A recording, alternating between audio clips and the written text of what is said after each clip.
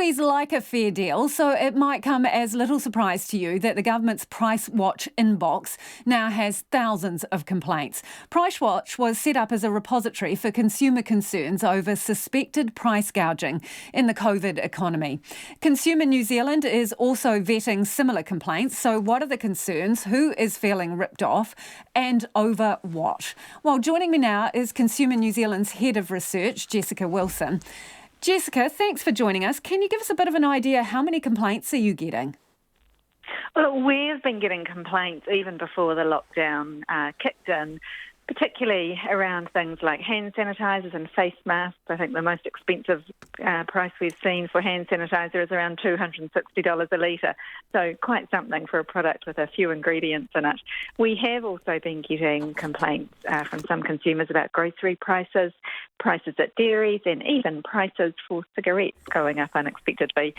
And more recently, we've been getting complaints about high fees being charged for cancellation of events, with consumers concerned that traders there are taking advantage of the situation to charge fees higher than they normally would.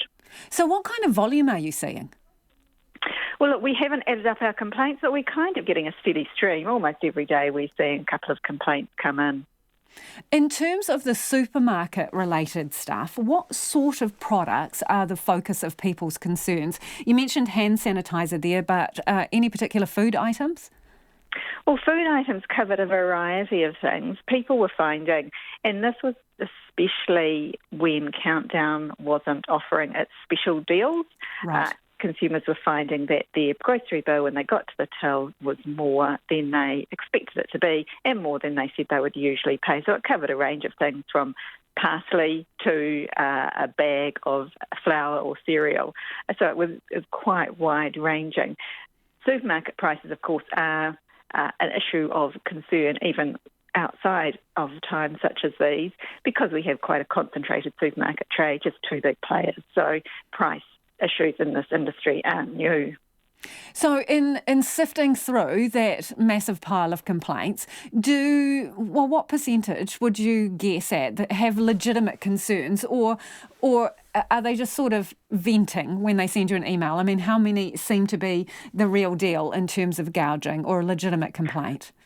Yeah, well, I think looking at the prices that we're being shown for things like hand sanitizer and face masks, definitely issues there. You know, the prices being charged for these products, which are pretty simple to make, indicate that the trader's just trying to make an extra buck here. They're trying to exploit the situation to earn some extra income.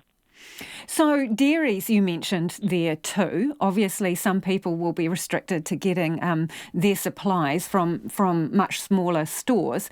Can you go into a bit more detail about what some of the issues have been there? Yeah, well, the complaints sort of covered a range of products, even, as I mentioned before, cigarettes going up. So people finding that for common household staples, if they just had to pop into the dairy because they couldn't go to the supermarket at that time, they were finding they were paying, $1 or $2 more than they usually would for that kind of product that they normally would pick up at a dairy. So some of the price increases have been, when we're talking about hand sanitizer, many tens of dollars, but for some of the other products, consumers have been finding that things seem to be $1 or $2 more than they would usually pay. How long is it going to take you to wade through all of these and kind of reach a conclusion in some of the cases? Well, look, a little bit of time. What we also need, particularly when we're talking about grocery prices, there's a bigger issue here that we do need some proper price monitoring in this market, not just reacting to situations like this, because it is a very concentrated market. If we had routine price monitoring going on, regulators would be in a better position at the moment to know if the prices consumers were being charged were fair or if there was something else going on. So you would have some baseline data, basically, is what you're saying, that right. You could reference back to. Exactly, and that is really something that's been needed in the supermarket trade for a long time, a little bit similar to the petrol market, very concentrated, big players dominate. So when you've got a situation like that, you do need active monitoring and regulation of the market to make sure consumers, they're not being overcharged, and the effect of having a very concentrated market isn't to consumers' disadvantage. Appreciate your time this evening. That's Consumer New Zealand's Head of Research, Jessica Williams.